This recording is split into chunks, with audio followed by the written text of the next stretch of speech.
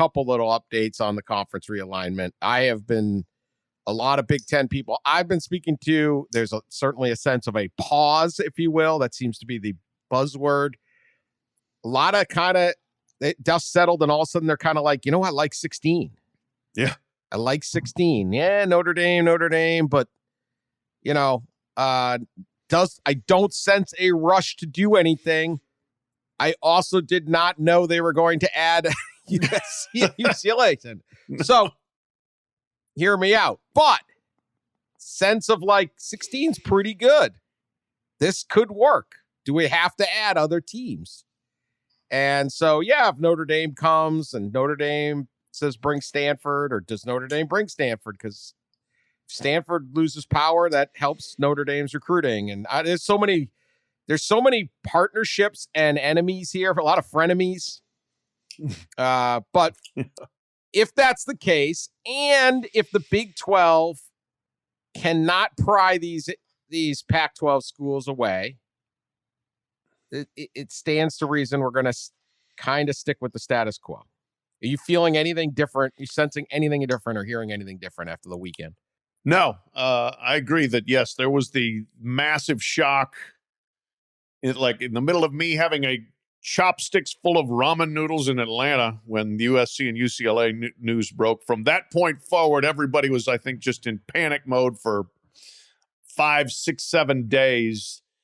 And then, yes, now everybody's stepping back and breathing a little bit. And, okay, what are the options? Maybe the best option is to stand still and just see how the dust settles and let this play out as is. And I do think that there are definitely some people within the Big Ten that think 16 might be a good number. And since it doesn't look like we can get Notre Dame now, we're good.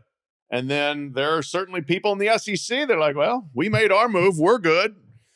The other three conferences are still feeling it out. And the one thing that I think could interrupt the pause this week is if, the news comes back from number crunchers and consultants on what a proposed TV agreement, arrangement, whatever, between the ACC and Pac-12 looks like. If that comes back and looks really good, I might push things one direction. If it comes back and doesn't look so good, that might push things the other way.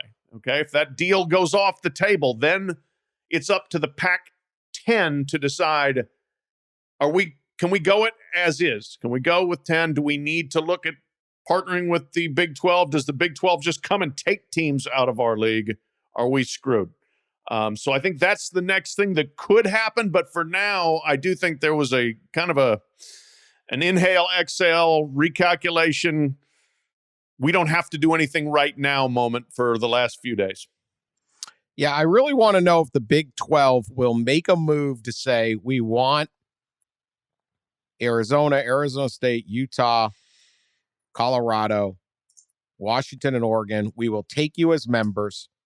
We will go to 18, and we will sign you to a grant of rights that has an out clause. Right. And you will have to pay some fee, but if you do get somehow invited to the Big Ten, that fee will be payable, and offer a more flexible deal than what the Pac-12 is, Pac-10, or whatever they're going to be, would be offering. The Pac-10 wants to lock these guys in. You don't want to locked in, you come to us. We're going to bank on the Big Ten never asking. Right. Right. So you're admitting you're the fallback option, but you can go to the Big Ten. We'll leave an out clause for the Big Ten. Say something like that. Would they go for that? And they'd sit there and say, if Big Ten's never coming and getting Arizona, they're probably never coming to get Oregon and Washington, and we'll take the risk. That would eliminate the Pac-12. It would make the Big Ten the biggest thing for west of the Mississippi. It would eliminate a television bidding option. You would be down to just one major league. You'd have the Big Ten TV deal coming up. You would then have the Big 12 TV deal coming up, and you would have Notre Dame, and that's it. You would just you just decimate them. And I don't know what Cal and Stanford do. and whatever, and Washington State and all that.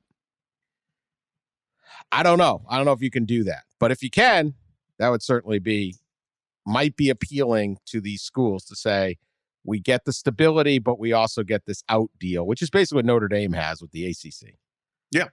Yep. It's like a no risk. And then you go, you know what? I can't stop them. If they want to leave, they're going to leave eventually.